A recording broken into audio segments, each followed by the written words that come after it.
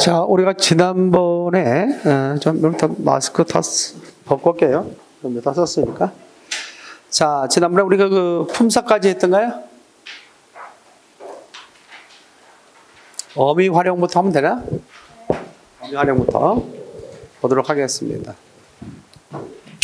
자, 준비됐으면 가도록 하겠습니다. 자, 대체로 보면 이제 어미와 관련해서는 이제 우리가 소위 그 어말어미가 있고 또는 선어말어미가 있었죠. 또 어말어미에는 대체적으로 문장을 종결짓는 종결어미가 있고 그 다음에 비종결어미가 있고 그 비종결어미에는 대체적으로 그 단어가 갖고 있는 즉 용언이 갖고 있는 서술성을 명사처럼 부사처럼 관형사처럼 할 수 있도록 하는 전성어미라는 게 있었죠. 기억나요? 그래서 명사형 전성어미, 부사형 전성어미, 관형사형 전성어미가 있다. 생각나죠? 이거 외에 이제 우리가 기억할 수 있는 게 진짜 연결어미로서 뭐 보조적 연결어미, 또는 대등적 연결어미, 종속적 연결어미가 있다. 이런 어미에 관련된 기본적인 내용들도 나올 수 있겠다는 것이죠. 자, 그래서 이제 일단 기본적으로 나올 수 있는 것 중에 그 문제 하나 풀어본다면 59번 문제. 59번 문제 보니까 다음 설명으로 맞지 않는 것은 뭐냐 그랬을 때 어간은 활용할 때 변하지 않는 부분이다. 맞죠? 교재 22쪽. 22쪽에 59번 문제. 봤습니까? 자, 그러면 대체적으로 보게 되면 어간은 활용할 때 변하지 않는 부분이다. 맞습니까? 그렇죠. 변하지 않는 부분이죠. 종결어미는 문장을 끝맺는 어미로서 전성어미가 있다. 종결어미는 문장을 끝맺는 어미라는 점은 맞지만 대체적으로 우리가 전성어미가 있는 게 아니라 평서형 종결어미, 그 다음에 의문형 종결어미, 명령형 종결어미, 청유형 종결어미, 감탄형 종결어미. 생각나요? 그런 것들을 말하는 거죠. 따라서 59번에다 몇 번이 틀렸다? 2번이 틀렸다. 이렇게 얘기하는 거죠. 맞습니까? 그다음에 세 번째, 선어말 어미는 단어의 끝에 오지 않는 어미다. 맞죠? 그래서 우리 국어의 대표적인 선어말 어미로는 높시공, 높임 선어말 어미, 시제 선어말 어미, 공손 선어말 어미 있어요. 높시공 기억하면 되겠고, 비종결 어미는 문장을 끝맺지 않는 어미로서 우리 국어의 대표적으로 전성 어미와 연결 어미가 있다. 생각나죠? 기본적인 것을 기억하고 있으면 될 것 같아. 자, 그 다음에 이제 우리 기억할 수 있는 것 중에 하나가 뭐냐면 거기 62번 같은 거 봐봐. 62번에서 이제 우리가 활용에 대해서 이제 시험이 나왔을 때는 대체적으로 규칙 활용이 있고 불규칙 활용이 있었죠. 규칙 활용과 불규칙 활용을 갖다 구분하는 기준은 용언의 어간에 모음으로 쓰단 말 아나어를 넣어라 이렇게 얘기했죠. 아나어를 넣었을 때 변하면 불규칙, 변하지 않으면 규칙인다. 근데 진짜 변함에도 불구하고 규칙으로 넣어주는 것이 있었지. 대표적인 것이 의탈락, 리을탈락. 생각나요? 의탈락, 리을탈락. 그래서 기본적으로 우리가 얘기했을 때 활용에는 크게 두 가지가 있다. 그래서 규칙 활용이 있고, 규칙 활용이 있고, 그 다음에 뭐가 있을 때? 불규칙 활용이 있을 때. 그 규칙 활용과 불규칙 활용을 구분하는 기준은 용언의 어간에 무엇을 넣어서, 아나, 어를 넣어서 변하면 규칙, 불규칙, 변하지 않으면 불규칙이라고 했죠. 근데 변함에도 불구하고 규칙으로 넣어주는 것이 있어야지. 대표적인 의탈락과 리을 탈락에 대한 얘기였죠. 이거는 규칙용으로 넣어준다. 그래서 스 플러스 어가 왔을 때 써가 되는 거. 그 다음에 리을 탈락 관련돼서 이거는 사실 기타 아가 왔을 때 변해요, 안 변해요? 안 변하죠? 그러니까 이거 규칙용어인 거야. 불규칙용어로서는 이게 세 가지가 나왔을 때 어간이 변하는 불규칙, 어미가 변하는 불규칙, 그 다음에 어간과 어미가 모두 변하는 불규칙에 대해서 얘기한 적이 있죠. 이런 부분에 대해서 기본적인 이해를 갖고 있으면 되겠다. 그래서 어간이 변하는 불규칙, 어미가 변하는 불규칙, 어간과 어미가 변하는 불규칙. 어간이 변하는 불규칙 몇 가지가 있었죠?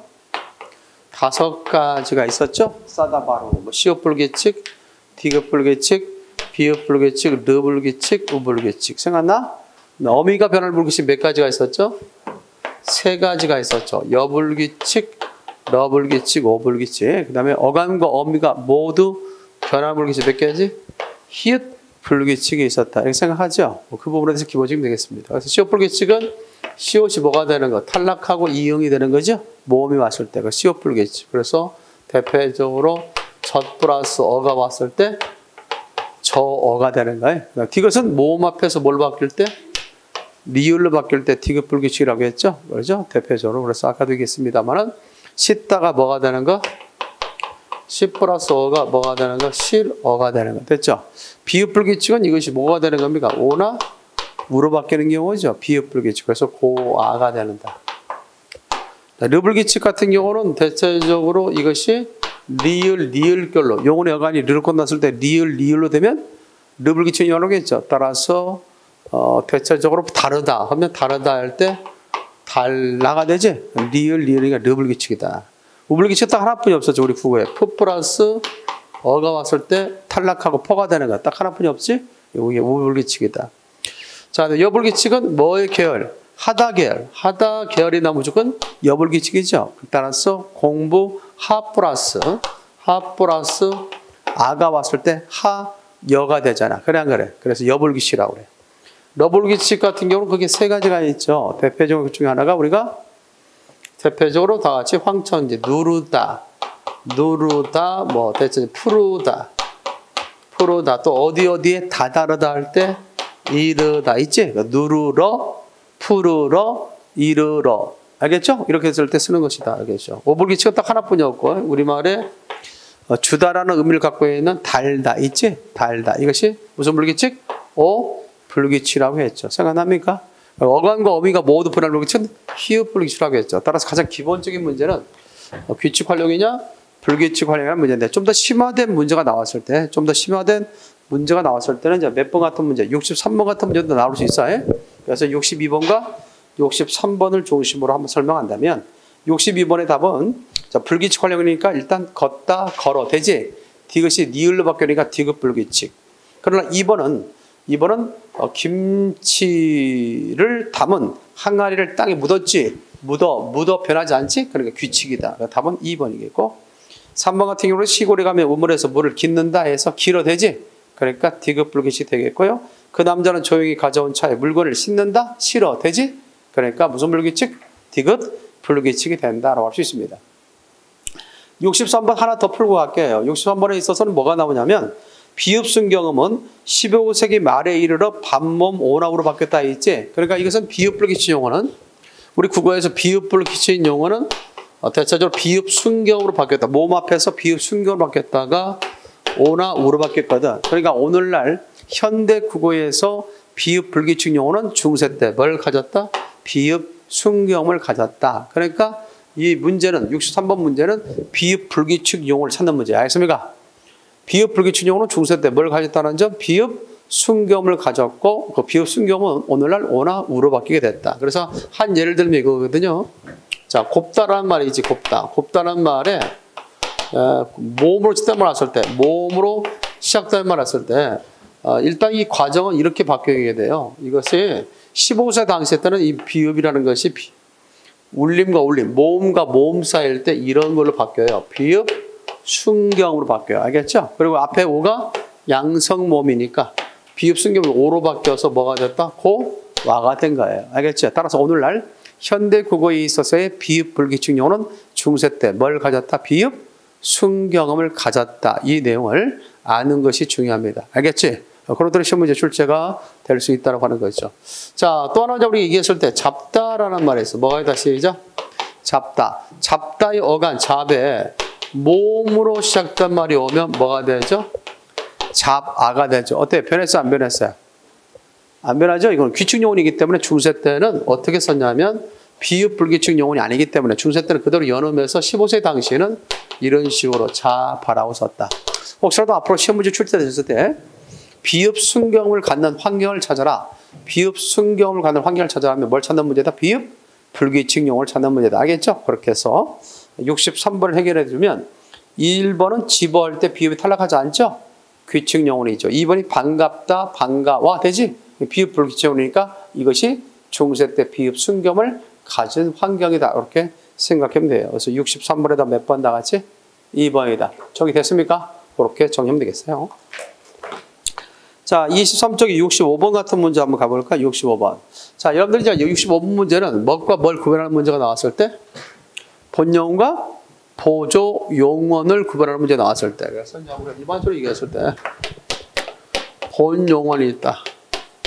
그리고 보조 용언이 있다. 이것을 구별하는 문제죠. 말 그대로 보조 용언은 본 용언을 도와주는 말을 본 용언이라고 그래. 의미적으로 도와주는 말을 보조 용언이다. 이렇게 생각하면 되겠습니다. 그래서 하나 얘기한다면 우리가 소위 이 본 용언과 보조 용언이 있을 때 이거는 완전 서술성이 있는 거라고 했죠. 완전 서술성, 즉 서술로서의 기능을 완전하게 하게 되면 본용이라고 할 수 있고요. 완전 서술성이 있다. 그런데 보조용어는 완전 서술성이 있다 없다.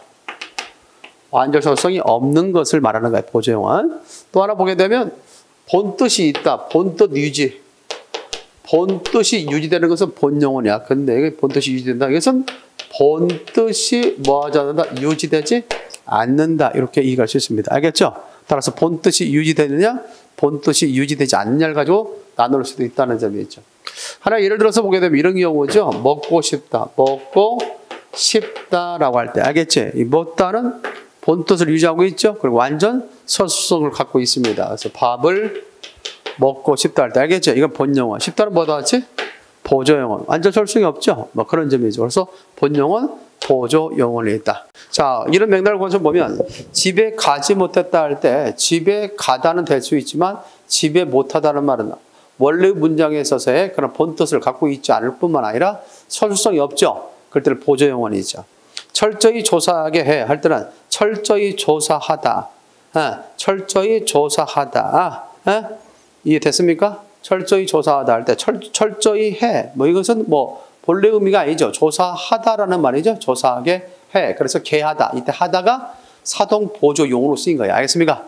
뭐뭐 하게 하다라는 거예요. 가게 하다, 보게 하다. 알겠죠? 그럴 때 쓰는 말입니다. 듣고 싶지 않아. 마찬가지겠죠? 듣고 싶다는 되겠지만 듣고 아니하다. 말 안 되는 거다. 그러니까 뒤도 부정의 의미를 갖고 있는 보조 용어이죠. 반면에 우리가 기억할 수 있는 건 뭐냐? 네 번째는 공부를 열심히 하다. 공부를 잘도 한다. 되죠? 따라서 앞에 동일한 성분, 목적어인 공부를 생략한 상태에서 그렇게 이연한 문장이죠. 따라서 공부를 열심히 하다, 공부를 잘도 한다. 됩니까? 그러면 온전히 다 서술할 수 있죠. 더더구나 그 잘도란 말이 부사야, 부사. 부사의 수식을 받고 있잖아. 알겠습니까? 그런 점에서 된다 해서 5번에 답은 몇 번? 4번이라고 해야 된다. 이렇게 정리할 수 있겠습니다. 자, 하나만 더 할게요. 본용어과 보조용어과 관련돼서 얘기할 수 있는 거 하나만 더 한다면 66번과 관련돼서 생각해 볼 수 있겠죠. 자, 66번에 보면 밑줄친 용언의 종류가 다른 것은 뭐냐 그랬을 때 어머니의 바구니를 들고 가셨다 했지. 자, 이 경우는 앞에 들다. 여러분들 여기서 하나 기억해야 될 것 중에 하나는 앞에 본용언이 나왔다고 해서 뒤에 나오는 용어이 반드시 보조용언이 된다. 이건 아니야. 보조용어는 반드시 본용언 뒤에 오는데 본용은 뒤에 왔다고 해서 반드시 보조용어는 아니야. 자기의 의미로 쓰여 있다면 그거는 본용어냐. 그러니까 어머니의 바구니를 들다 어머니가 가셨다 될 수 있죠. 그러니까 이거는 본용어과 본용어이 연결됐다 봐야 되겠지. 따라서 1번 해결하면 되겠고요. 그녀는 화가 나 밖으로 나가버렸다 할 때 밖으로 나갔다는 되지만 여기서 그녀가 화가 나 밖으로 버렸다. 뭘 버려? 버렸다가 원래 의미를 쓰지 않았지. 따라서 이거는 보조용어임을 알 수 있죠. 자고 나서도 마찬가지고 다음에 먹어보자도 마찬가지죠. 각각 온전한 서술어로 쓰이지 않았음을 또는 서술의 역할을 할 수 없음에 따라서 보조 용어임을 기억할 수 있겠다. 그래서 66번에 답 몇 번에 닿지? 1번. 그 정도만 기억을 좀 해두면 될 것 같습니다. 이해됐습니까? 참고해도 그런 것들 나올 수 있겠다. 자, 그 정도만 보면 되겠습니다. 그래서 24페이지 문장론으로 넘어가도록 하겠습니다. 문장론. 자, 문장에 있어서 우리가 기본적으로 알아둘 것이 문장에 있어서의 성분, 문장을 구성하고 있는 성분이나 또는 문장의 짬이나 또는 문법의 여러 표현들이 있어 없어요? 있죠. 그 부분에 대해서 기억해야 되는데 문장의 성분에는 그게 몇 가지가 있죠? 문장의 성분에 그게 몇 가지가 있더라?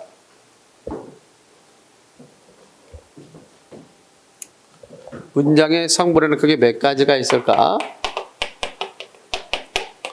3가지가 있죠. 자, 문장의 성분은 그게 몇 가지? 3가지. 그래서 대표적으로 뭐 주성분이 있다. 주성분이 있다. 그 다음에 무슨 성분이 있다 같이? 부속 성분이 있다. 그 다음에 뭐가 있어야 다시 독립 성분이 있다. 따라서 문장의 성분에 있어서는 기억해둬요. 주성분, 그 다음에 부속 성분, 그 다음에 뭐가 있다는 점, 독립 성분이 있다. 이렇게 알 수 있습니다. 자, 알아두기 바랍니다. 자, 문장의 성분의 주성분. 주성분은 몇 가지가 있죠?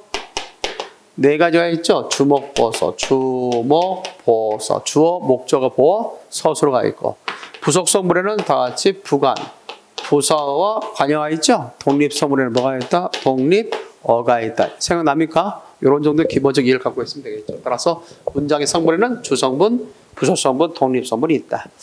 자, 그것을 통해서 한번 보여줄 수 있는 것 중에 하나가 뭐냐면 거기에 일단 그 정도로 생각해 두면서 70번 문제 한번 해결해 볼까요? 70번 문제.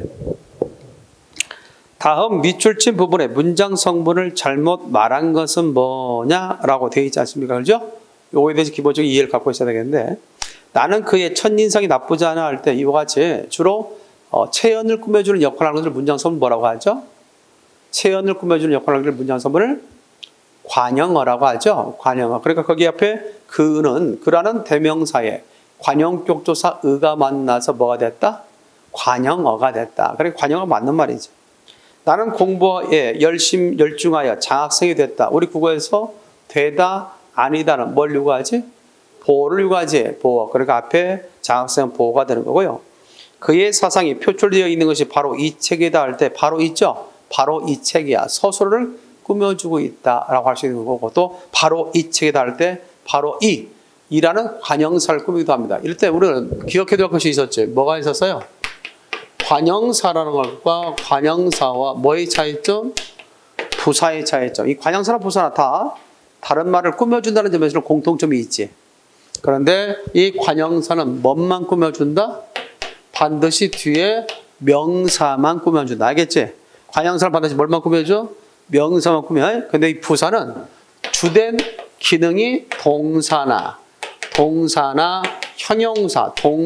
형용사를 꾸며주는 기능을 하는데 다른 것도 꾸밀 수 있어. 뭐 관형사도 꾸밀 수 있고 다른 명사도 꾸밀 수 있고 다른 부사도 꾸밀 수 있고 알겠죠? 이렇게 부사는 뭐에 비해서 관형사에 비해서 좀 더 자유로운 존재다라고 얘기할 수 있습니다.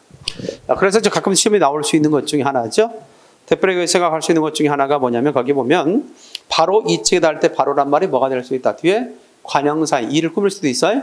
그래서 이거는 부사어로서 쓰인 거죠. 됐습니까? 참고해도 되겠다. 하나에는 그름을 전혀 묻히지 않는다. 묻히다가 용언이죠. 그러므로 전혀는 대체적으로 그런 용언을 꾸며주는 부사라고 해야 되겠죠. 부사어. 그래서 관형어라고 해서 틀렸지. 70번에 다음 몇 번? 4번. 이런 식으로 문장 성분을 묻는 문제도 나올 수 있다. 여기서 우리 지난번에 잠깐 설명했는데 품사와 관련돼서 아마 얘기했을 것 같아요. 품사와 관련돼서. 자, 우리가 금방 여기서 때 바로라는 말, 바로가 박으라고 써놨을 때가 바로란 말이죠. 바로 이 사람 할 때 이 바로가 이를 꾸밀 수 있죠. 그래 관형사를 꾸밀 수 있어요. 바로 또 이렇게 할 수 있잖아요. 바로 앞에 있다. 바로 앞에 있다라고 할 때 뭐도 꾸밀 수 있어요. 명사도 꾸밀 수 있죠. 그냥 그래요. 이렇게 꼭 이것도 있잖아요. 바로 있다. 바로 있다. 알겠지? 그러면 용을 꾸미죠. 이렇게 꾸밀 수 있어요. 아주 다양하게 바로 같은 경우 꾸밀 수 있지 않습니까? 그런데 이제 어떤 경우가 있냐면 요게 있어요. 자, 바로 간다. 바로 간다는 말이 있고 그 다음에 다음과 같이 바로 그 바로에 있다 없을까? 그 바로에 있다 이렇게 합시다. 자, 그랬을 때 똑같이 바로가 들어가 있어요. 이 바로. 그 다음에 밑에 뭐가 있다 같이? 바로가 있죠. 그럼 위에 바로의 품사는 시작. 바로 간다 할 때 바로의 품사는?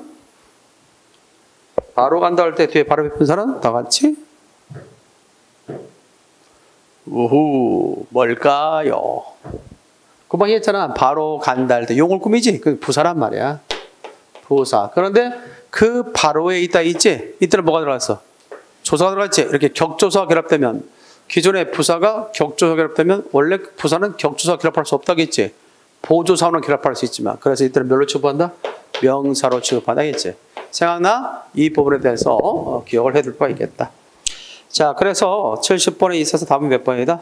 4번 정도 해주는 게 좋을 것 같다라고 생각이 들고요. 자, 한 번 더 볼까? 그 다음에 이제 읽을 때 72번 같은 문제, 약간 수능형 문제로서 시험 문제 출제됐을 때 72번 같은 문제도 언급될 수 있는 게 아니냐 이렇게 생각됩니다. 자, 물론 보기 1을 통해서 설명했고요. 보기 2를 통해서 한번 적용해 보라는 문제인데 그대로 선지를 통해서 한번 설명해 보도록 할까요? 선지 보니까 기억에는 문장 성분이 여러 개 있지만 필수적인 것은 주어와 서술어다. 필수적이라는 것은 결국 문장 내에서 문장을 형성하는 데 있어서 없어서는 안 되는 성분을 필수 성분이라고 하죠. 그러면 거기에 보면 우리가 앞서 문장 성분, 주성분, 부속 성분, 독립 성분 배운 적 있죠? 그 중에서 생략할 수 없는 게 뭐라고 했죠? 다 같이? 문장에서 핵심 성분이 주성분이야. 그래서 주성분은 모두 필수 성분입니다. 알겠죠? 주성분은 모두 뭐다 같이? 필수 성분이다. 그럼 주성분에 아까 뭐가 있다고 했지? 주어, 목적어, 보어, 서술어가 있다고 했죠. 그렇게 해서 보면 자, 소낙비가 지붕으로 마구 쏟아졌다 했지? 자, 소낙비가 쏟아졌다만 되죠? 지붕으로 할지 마구라는 부사는 없어도 되죠? 그러니까 여기에서는 주어, 서술어만 있어도 되죠. 이게 1번은 맞는 설명이 되는 거죠. 됐습니까? 두 번째 보니까 니은에 쓰인 필수적인 문장 성분 4개라고 할 때 자, 여기서 기억할 수 있는 것은 일단 서술어가 있을 때 그 서술어가 하나의 완전한 문장이 되기 위해서 필요한 필수 성분의 수가 몇 개인지를 확인하면 되겠지. 그럼 보다는 타동사지. 보다는 타동사지. 뭐뭇을 보다. 타동사지. 타동사는 주어 이외에 뭘 요구한다? 목적어를 요구하게 되지. 그러니까 여기서는 필수 성분의 수를 파악하는 문제였으니까 서술어까지 포함해서 주어와 목적어만 필요하니까 세 자리지? 네, 세 개라고 해야지. 따라서 2번이 틀렸음을 알 수 있지. 만약에 2번 문장이 주어진 상태에서 2번 문장이 주어진 상태에서 여기에서 서술어 자릿수는 몇 개냐라고 했다면 몇 개가 답일까요? 서술어 자릿수가 몇 개냐라고 하는 문제가 나왔다면 이건 몇 개가 답일까요? 그때는 서술어까지 포함해서 얘기해야 되지.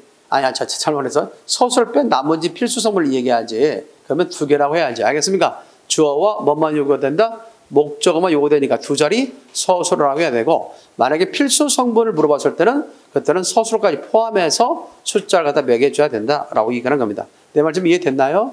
자, 세 번째 걸 보면 그녀는 예쁘게 생겼다 있지. 자, 그녀는 예쁘게 생겼다 할 때 디귿을 보면 부사어도 필수적인 문장 성분이 될 수 있어. 맞습니까? 그러죠. 문장 내에서 생략될 수 없는 부사를 무슨 부사어? 문장 내에서 생략될 수 없는 부사를 무슨 부사어? 시작. 필수 부사어라고 얘기한다. 됐습니까? 그래서 문장 내에서 생략될 수 없는 부사를 필수 부사라고 하고 생략해도 무방하는 부사를 뭐라고 하지?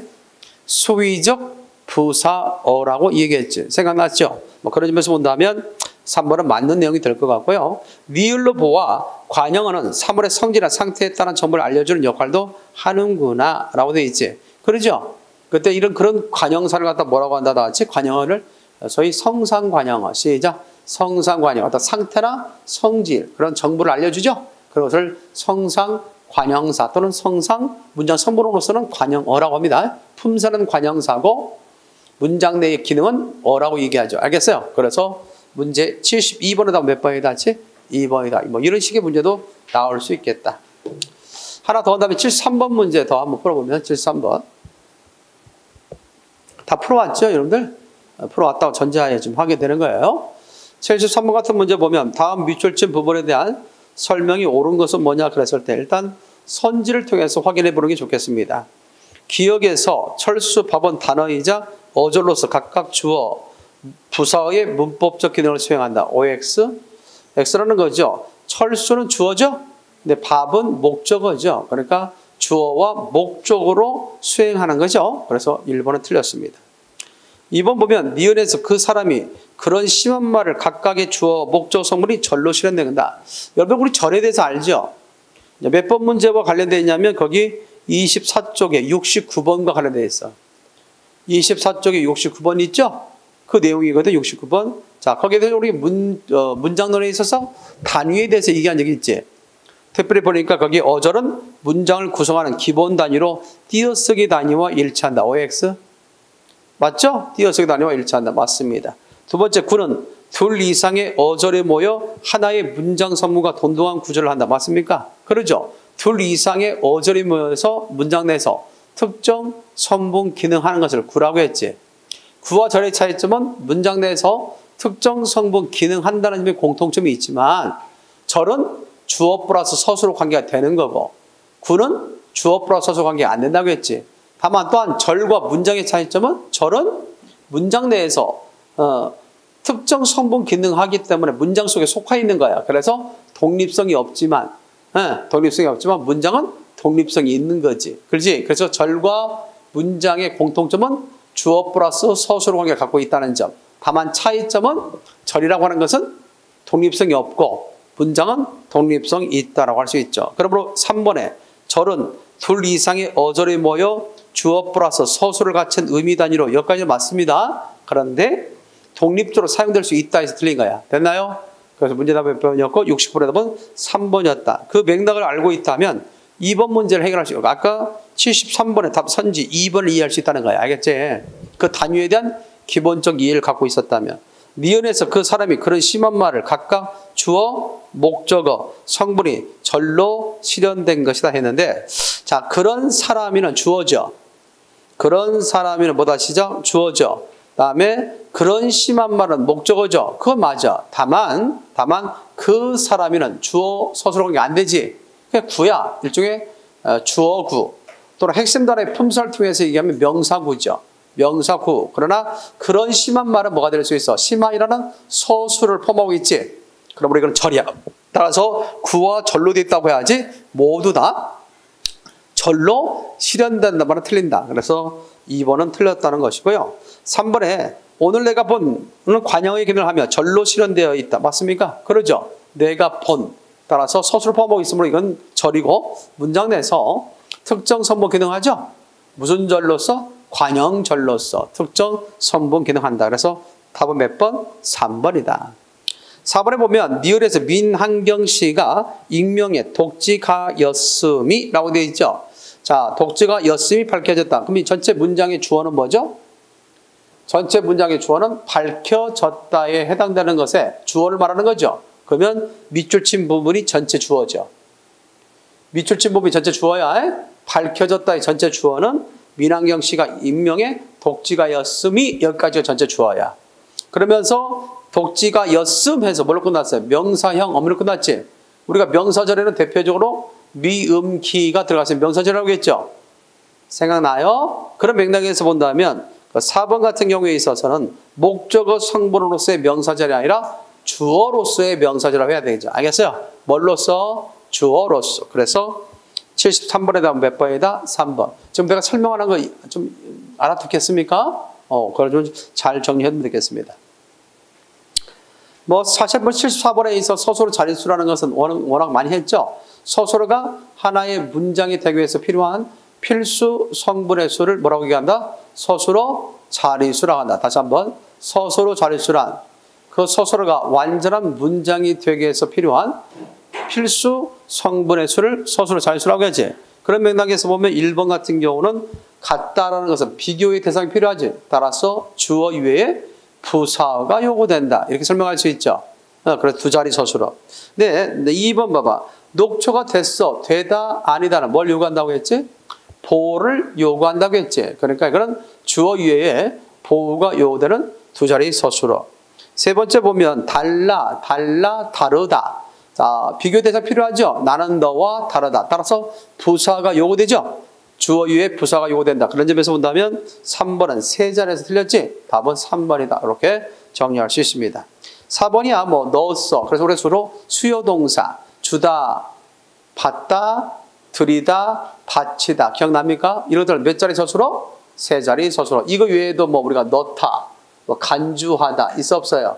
있지? 이런 것들 여기다. 이거 다 세 자리 서술어. 따라서 그런 용언들이 나오면 세 자리 서술하고 답을 해줘야 되겠다. 그 정도만 알고 되겠죠? 자, 문장에 거기 75번도 맞아 해볼까? 75번. 독립어에 대한 이야기. 자, 우리는 감탄사는 모두 뭐다 나왔지? 독립어라고 했지. 독립어.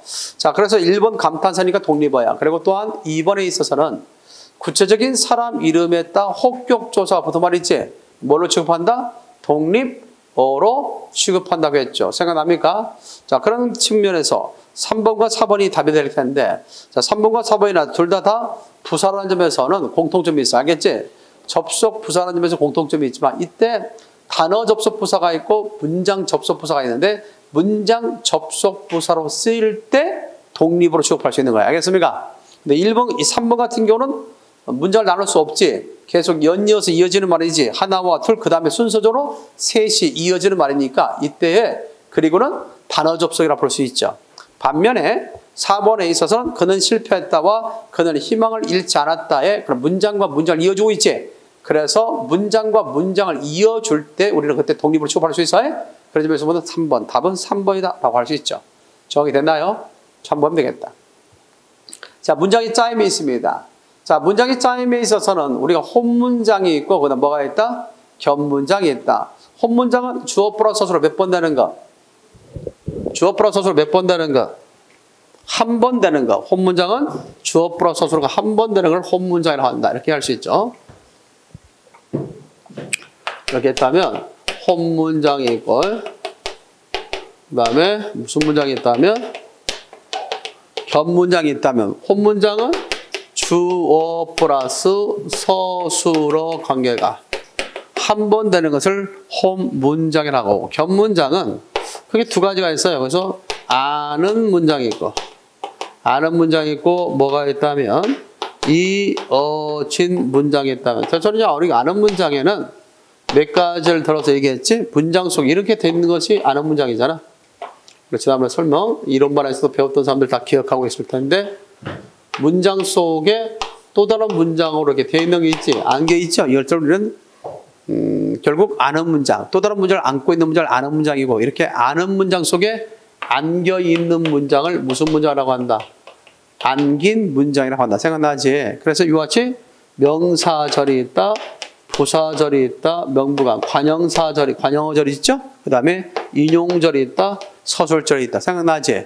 반면에 이어진 문장에 있어서 뭐가 있어요? 대표적인 것이 대종접, 대종접. 대동적으로 이어진 문장, 종속적으로 이어진 문장. 하나 더 한다면 문장 접속 조사로 이어진 문장.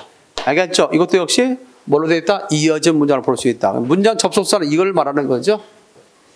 구분할 때 접속사.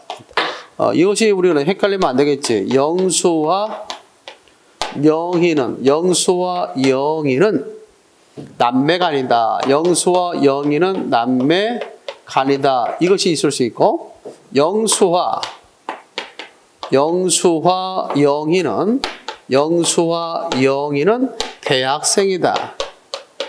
자, 영수와 영희는 대학생. 이렇게 할 수 있죠. 그럼 이 문장은 나눌 수 있어 없어요?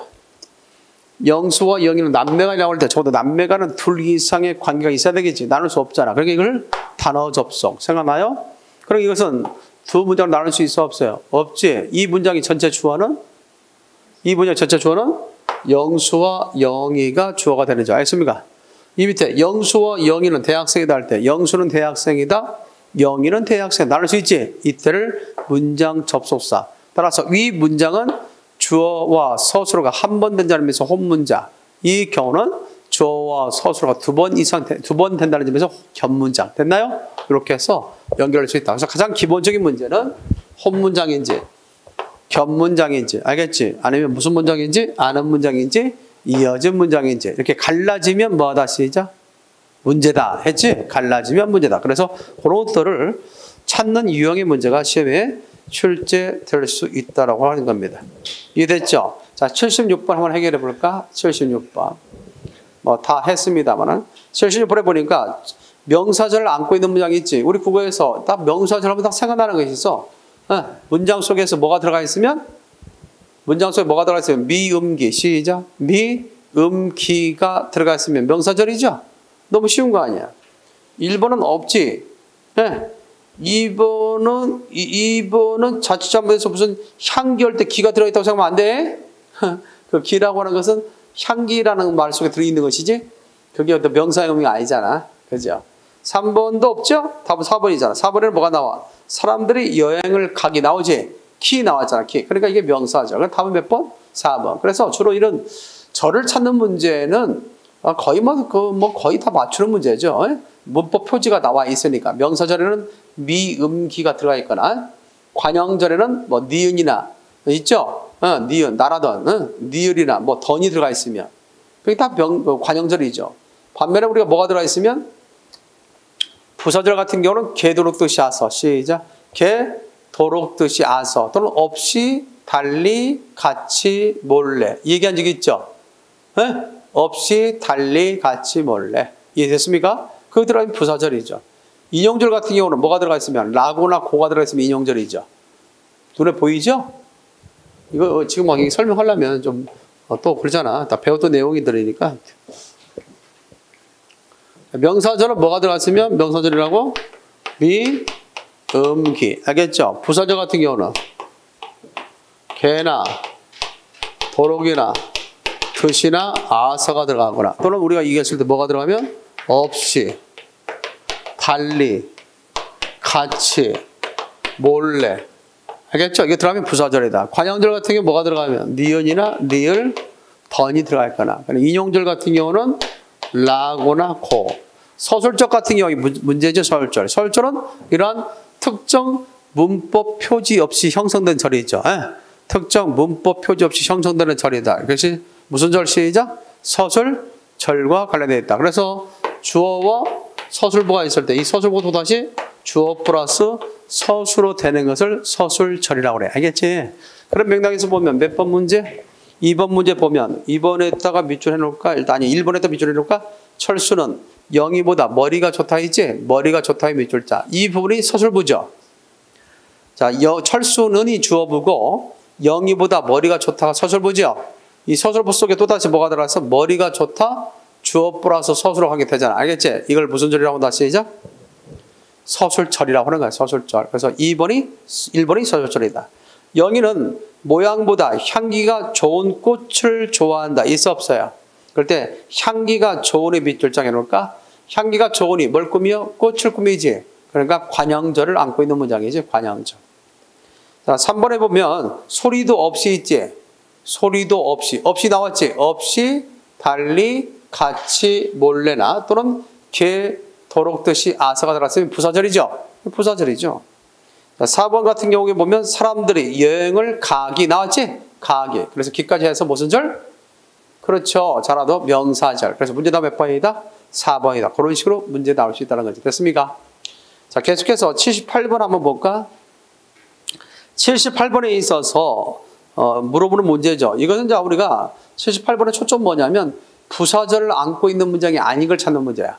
부사절을 안고 있는 문장이 아닌 거. 그래서 보면 우리가 돌아온 있죠. 밑줄자. 우리가 돌아온. 이 우리가 돌아온이 뭘 꾸밉니까? 사실을 꾸미죠. 그렇죠? 그 안에 중간에 니은 들어가 있지. 그러니까 관형절. 관형절은 관형절인데 무슨 관형절일까요? 우리가 돌아온 것과 사실은 내용상 일치하지. 이런 관형절을 뭐라고 해? 동격 관형절. 생각나? 동격 관형절. 자, 만약에 우리가 돌아온을 한번 생략해봐. 그러면 그는 사실을 모른다 하면 궁금해 안 궁금해? 그는 사실을 모른다 할 때 이 모른다에 대해서 사실만 들어가 있으면 완전히 설명이 안 되는 거지. 사실은 어떤 사실인지를 알아야 되겠지. 그럼 어떤에 해당되는 게 뭐예요? 그 앞에 있는 우리가 돌아온이죠. 됐습니까? 이 내용이 반드시 들어가야 되죠. 그래서 동격관절 특별히 뭐라고 했어? 동격관절을 문장을 보충해주는 절이다 해서 보문절. 알겠습니까? 문장을 보충해주는 절이라 해서 보문절. 그래서 이 절 가운데는 이와 같은 보문절은 생략할 수가 없는 거야. 알겠어요? 무슨 말 알겠죠? 그래서 기억해도. 자, 그래서 1번이 관형절이죠.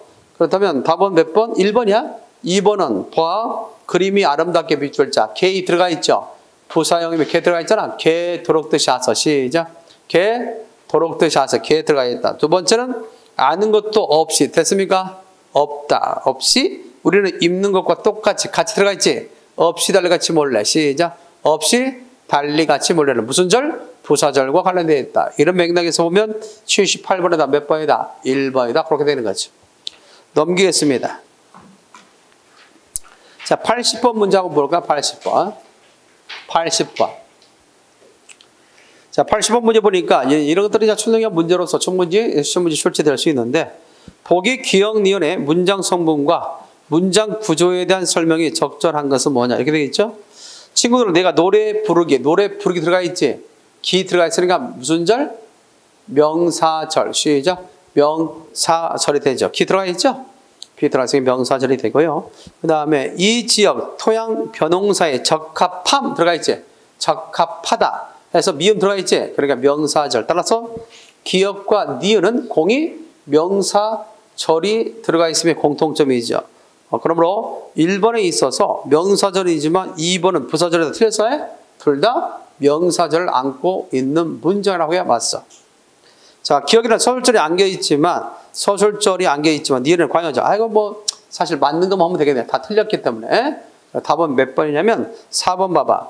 4번을 보게 되면 둘 다 명사절을 포함하고 있다는 것을 알고 있는데 안긴 문장 속에 목적어가 있다. 안긴 문장 속에 목적어가 있습니까? 내가 노래 부르기에서 목적격 조사는 생략되어 있지. 내가 노래를 부르다. 됩니까? 따라서 목적어가 있음을 알 수 있죠. 내 말 이해이 돼요?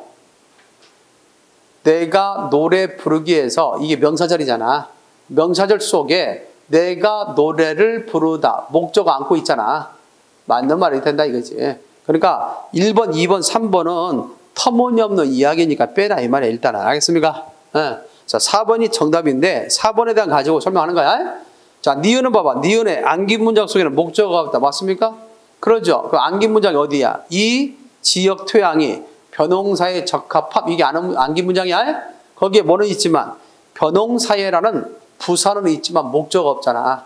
그래서 문제의 답은 몇 번? 4번이 옳게 설명되어 있다라고 하는 겁니다. 알겠습니까? 그래서 복합적으로 이것이 아는 문장이다. 또 거기까지 포함해서 문장의 성분까지 알고 있는가의 여부를 묻는 문제다라고 얘기할 수 있습니다. 그래서 80번의 답은 몇 번? 4번. 이해하시겠어요? 요 내용 알겠죠? 그것까지 정리해야 되겠습니다. 자, 그 다음에 피동표현과 사동표현. 우리 사동표현이라는 것은 뭘 사동표현이라고 하지? 남을 시키는 것을 사동이라고 하고, 피동은 당하다. 시작. 당하다. 당하는 것을 피동이라고 하지. 그래서 사동은 주동에 대응되는 말이고, 피동은 능동에 대응되는 말이다. 수연이 생각납니까? 그렇게 생각할 수 있어야 되겠죠. 자, 그런 점에서 본다면 다음 같은 내용과 관련해서 얘기할 수 있죠. 자, 우리가 배웠던 것 중에 하나가 이것을 배운 적이 있을 것 같아요.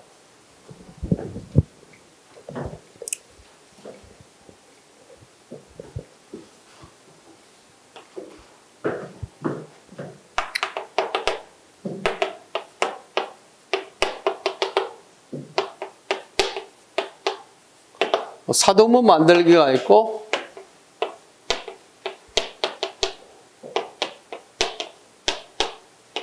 피동문 만들기가 있다면 사동문 만들기는 이 사동이라는 것은 뭐 어떤 시키다의 의미가 있어요. 뭐의 의미?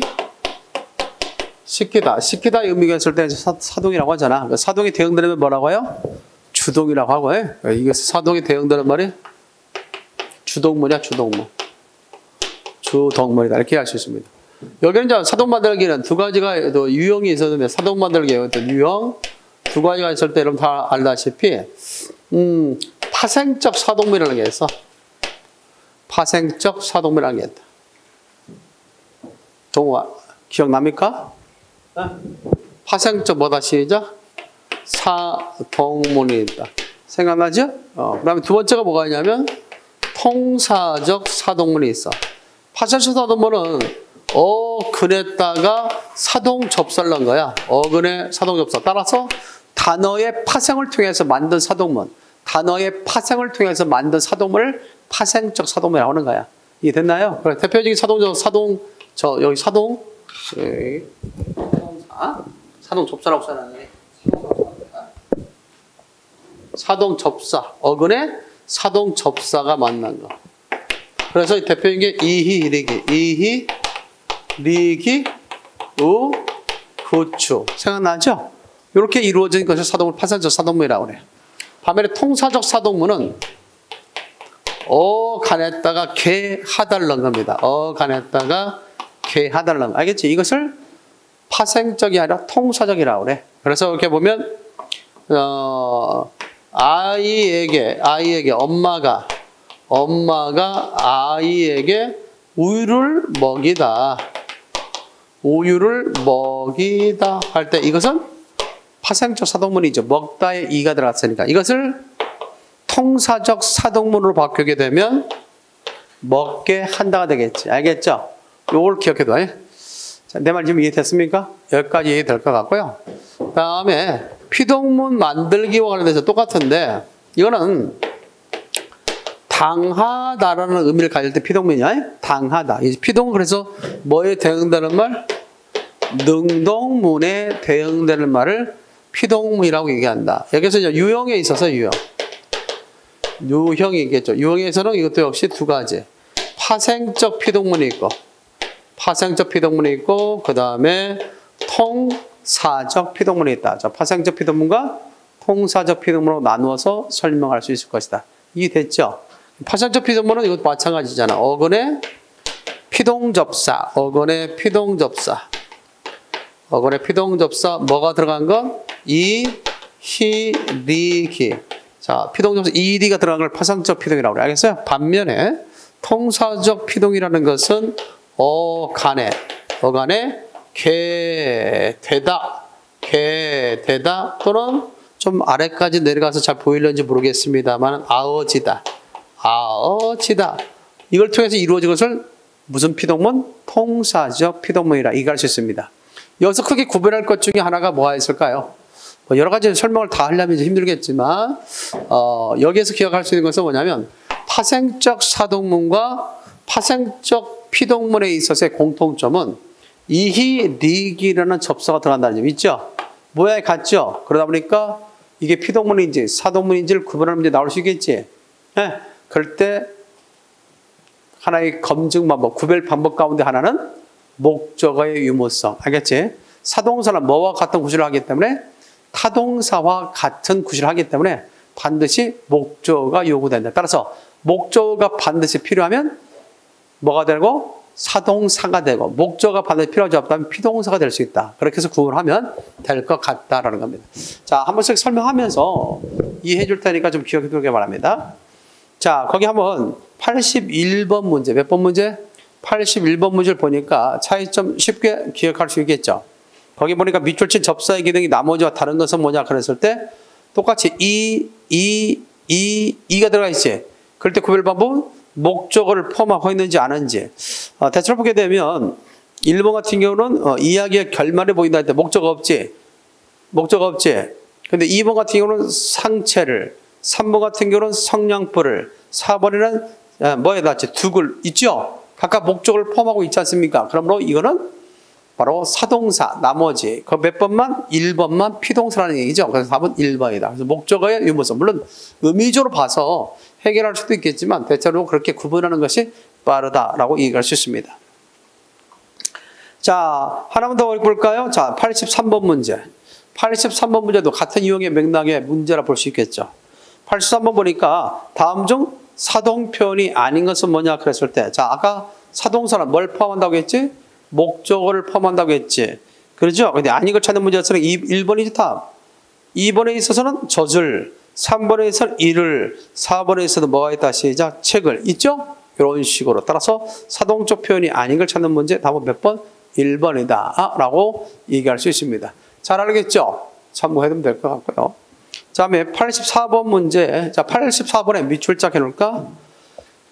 탈행동적 피동. 자, 의미적으로 접근할 수 있겠지만 탈행동적 피동이라는 게 뭐냐? 라고 하는 것에 대해서 물어볼 수도 있잖아. 그렇죠? 탈행동적 피동이라는 것은 피동문이 있는데 그에 대응되는 능동문이 없을 때. 알겠습니까?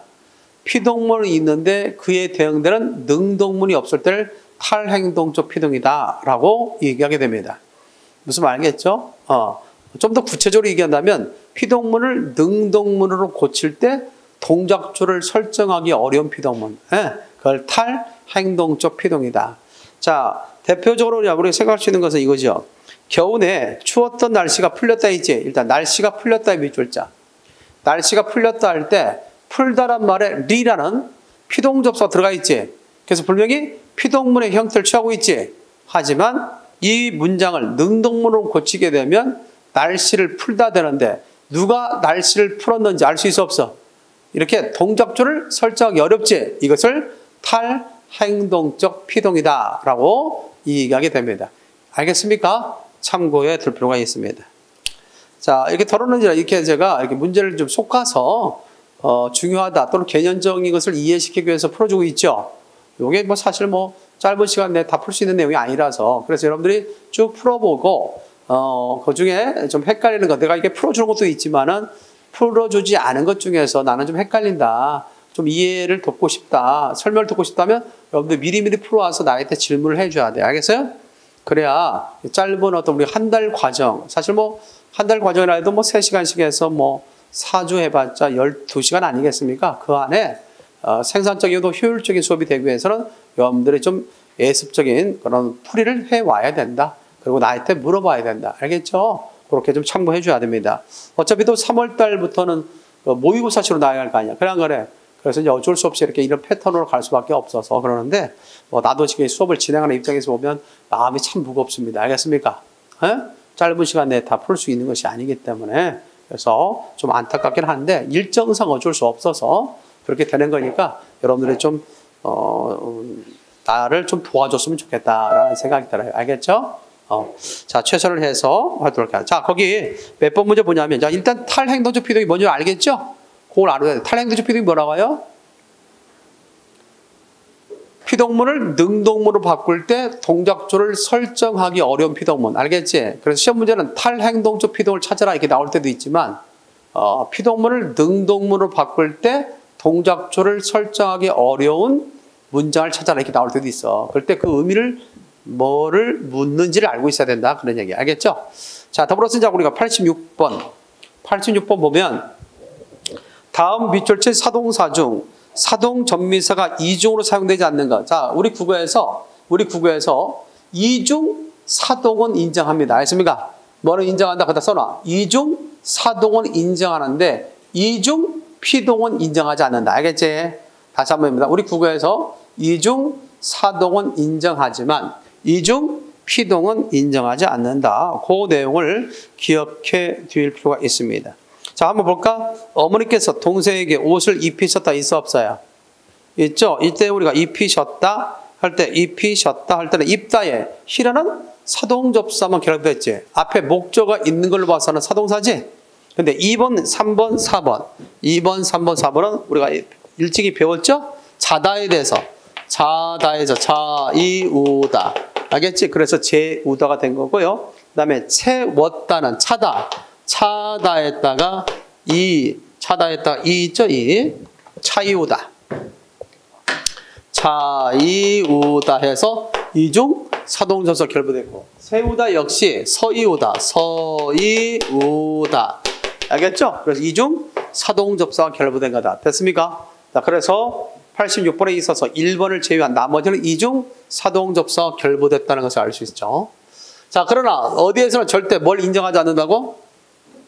피동에서는 이중 피동을 인정하지 않는다고. 이중 피동 나오면 무조건 틀려. 그래서 이렇게 생각할 때 다음과 같이 하나 예를 들자면 생각되어지다, 잡혀지다, 보여지다. 보이다 있지? 네. 그것이 보여지다. 있잖아. 또 그것이 잡혀지다. 그것이 생각되어지다. 이런 표현 있잖아. 여기다 하나 더 쓴다면 밝혀지다. 뭐다 시작? 밝혀지다. 자, 이렇게 제시한 상태에서 물어볼 수 있단 말이지. 시험에 다음 중 이중 피동과 관련이 없는 것은 몇 번? 여기서 이중 피동과 관련이 없는 거. 그 사실이 밝혀지다. 물건이 보여지다. 할 수 있잖아. 토끼가 잡혀지다. 토끼가 알겠죠? 그다음에 생각되어지다. 사람 뭐랄까 그렇게 생각되어지다. 이렇게 합시다. 자, 그랬을 때 다음 중에서 이중 피동이라 볼 수 없는 것은 몇 번? 이중피동이라고 볼 수 없는 게 몇 번? 대체적으로 피동접사 이익이에 어지다. 알겠지? 어지다. 이익이 되다, 어지다가 들어가 있으면 이중피동이야. 다시 말해서 파생적 피동과 통사적 피동이 섞여 있으면 이중피동이야. 근데 중요한 것이 있어. 자, 이걸 어지다를 빼봐. 어지다를 빼봐. 어지다. 어지다 빼면 뭐가 다? 밝히다지. 밝히다는 뭐뭇을 밝히다지 사실이 밝히다. 말 안 되지. 그러니까 목적어가 돼야지. 그러니까 이 밝히다는 이때 희는 사동접사지 피동접사가 아니라 이 말이야. 근데 나머지는 전부 다 뭐다 하지? 피동접사, 희 피동접사, 이 피동접사. 전부 다 이 피동접사야. 따라서 이것만 사동사가 재차 피동화된 거지 이중피동이 들어있는 게 아니다. 다음은 몇 번? 4번. 이런 식의 문제 나올 수 있다는 거. 혹시라도 헷갈리면 이걸 적어놓는 게 좋겠죠. 알겠습니까? 유형을 적어놓으면 나중에 도움이 될 거야. 생각되어지다, 잡혀지다, 보여지다, 밝혀지다 할 때 밝혀지다는 사동접사, 사동접사 희에다가 어지다가 만난 말이다. 알겠습니까? 그런 점에서 주의를 좀 해둘 수 있어야겠다. 그런 점에서 본다면 다음 몇 번? 1번이다. 그렇게 정의되는 거죠. 한 문제만 더 풀고 쉬었다 할까? 87번. 자, 우리 사동사에서, 사동문에서 우리가 기억해 둘 것은 시키다의 남용. 뭐의 남용? 시키다의 남용에 대해서 기억을 보겠어. 우리가 시키다가 남용됐는지 여부는 뭘 넘어서 알 수 있다? 하다를 넣어보면 알 수 있다고 했죠? 하다. 하다를 넣었을 때 자연스러우면 시키다는 남용된 것이고, 하다를 넣었을 때 부자연스럽다면 시키다는 제대로 쓰인 것이다. 자, 그런 맥락에서 보면 2번에 금지하는 구역이 많다. 말 돼야 안 돼? 되지? 오히려 하다를 넣었을 때 더 자연스럽지? 그러니까 두 번째는 시키다가 남용된 경우다. 그렇게 얘기하는 거죠. 알겠죠? 따라서 시키다가 남용됐는지 여부는 뭘 대체해봐라? 하다를 넣어봐라. 알겠지? 그랬을 때 자연스러우면 시키다는 남용된 것이고 그렇지 않으면 시키다는 제대로 쓰인 것이다. 그렇게까지 알기 바랍니다. 알겠죠? 잠시 쉬었다가 계속해서 뒤에 주요 문제 풀어가도록 하겠습니다. 알겠죠?